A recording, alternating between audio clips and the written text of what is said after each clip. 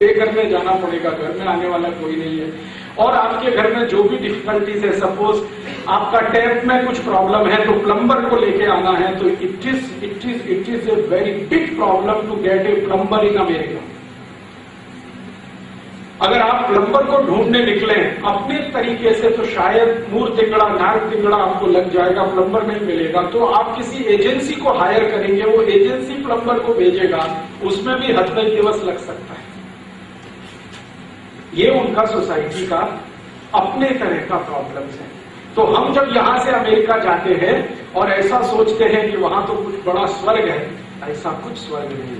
और सबसे ज्यादा पैथेटिक सीन तब होता है जब मैंने अमेरिका में देखा कुछ ऐसे हिंदुस्तानी जो पति पत्नी दोनों काम करते हैं। कई बार ऐसा होता है कि आप अकेले काम करते हैं तो लाइफ चल नहीं पाएगी, तो पति पत्नी दोनों को काम करना पड़ता है। और पत्नी को कोई बेबी है या पति पत्नी को कोई बेबी है और वो 1 तिंगड़ा ओल्ड है या 8 तिंगड़ा ओल्ड है, तो क्या करना?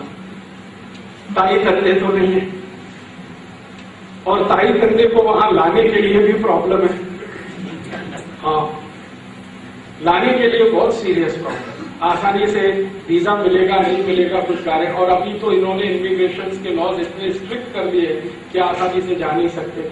तो वो क्या करते हैं कि उसका छोटा बेबी है, उसको कार में मैंने देखा, जो फ्रंट सीट होता है ना ड्राइवर सीट का नजदीक में, उससे बेबी को बेल्ट से बांधते हैं।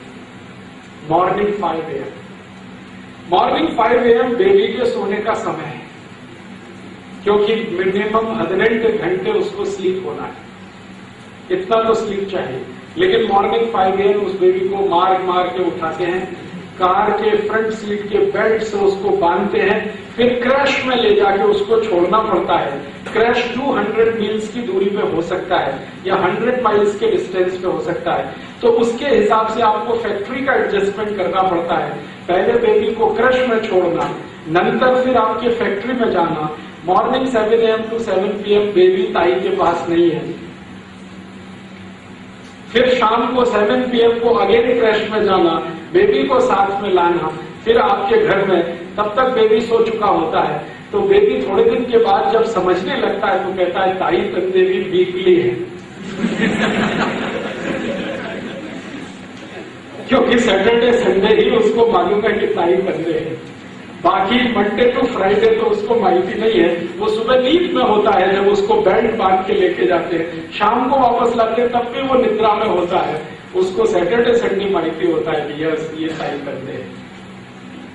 और मुझे बहुत तकलीफ होती थी जब वो बेबी जोर जोर से रोता है, जोर जोर से रोता है, तो रो भी नहीं सकता वो, क्योंकि कोई बगल वाले ने सुना तो वो सूट फाइल कर देगा आपके खिलाफ कि आपका बेबी मुझे डिस्टर्ब कर रहा है, मेरा मेंटल पीस इसने खत्म कर दिया, इसलिए आपको मैं सूट फाइल करता हूं, मुझे $10,000 दे दो अभी, $15,000 दे दो अभी। तो वो कई बार क्या करते हैं, ग्लास चढ़ा देते हैं और म्यूजिक बहुत तेजी से बजाते हैं ताकि उसका क्राइम जो है बाहर ना जा सके, फिर जाके उसको ये सब करते हैं। और कभी कभी तो गलती हो गई।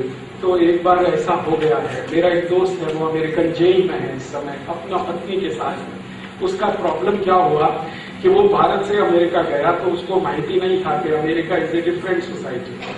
वो क्या किया, उसका जो पत्नी है वो और पति दोनों मिलकर एक बार शॉपिंग के लिए जाते थे। तो किसी रोड से वो गुजर रहे थे, एरिया न्यूयॉर्क का था, लोअर मैनहट्टन एरिया में। तो किसी रोड से जाते हुए उन्होंने एक छोटे बेबी को देखा, 3-4 ईयर्स का बेबी था, वो फुटबॉल को किक मार रहा था। उसका ताई कहीं खड़ा हुआ उसको वॉच कर रहा था, इनको माहिती नहीं था कि उसका ताई वॉच कर रहा है। तो उसने किक मारा, फुटबॉल रोड पे आ गया, इन्होंने गाड़ी रोका, फुटबॉल उठाया, वो बेबी को जाके दे दिया और गलती से उस बेबी को उठा लिया और उसका ताई ने देख लिया। इमीडिएट वो चिल्लाता हुआ नीचे आया और बेबी को छीनकर सीधे पुलिस स्टेशन में गया और उसने कंप्लेंट फाइल किया कि ये 2 इंडियन टेररिस्ट हैं जो मेरा बेबी को लेके जा रहे हैं।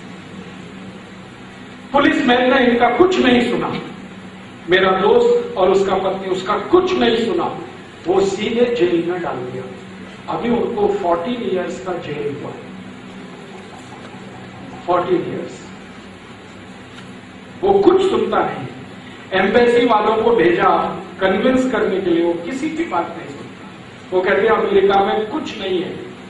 अगर आपने किसी दूसरे के बेबी को उठाया, सपोज आप उसे प्यार करने के लिए उठाया, प्रेम करने के लिए उठाया, तो भी वो बोलेगा कि आप तो इसका एब्डक्शन करना चाहते हैं, अपहरण करना चाहते हैं। और अपहरण का जो चार्ज आपके ऊपर लगा तो मिनिमम इम्प्रिजनमेंट 14 ईयर्स का है। This is the reality of American society. अभी भारत में क्या है? भारत में तो सबसे बड़ा जो इंटरेस्टिंग बात है समझने का कि जो चिक मक्कड़ है वो नेबरर के घर में ही रहता है फ्रॉम मॉर्निंग टू इवनिंग। और मैंने मैक्सिमम फैमिलीज में देखा है कि उनका जो छोटा बेटा बेटी है उसको सब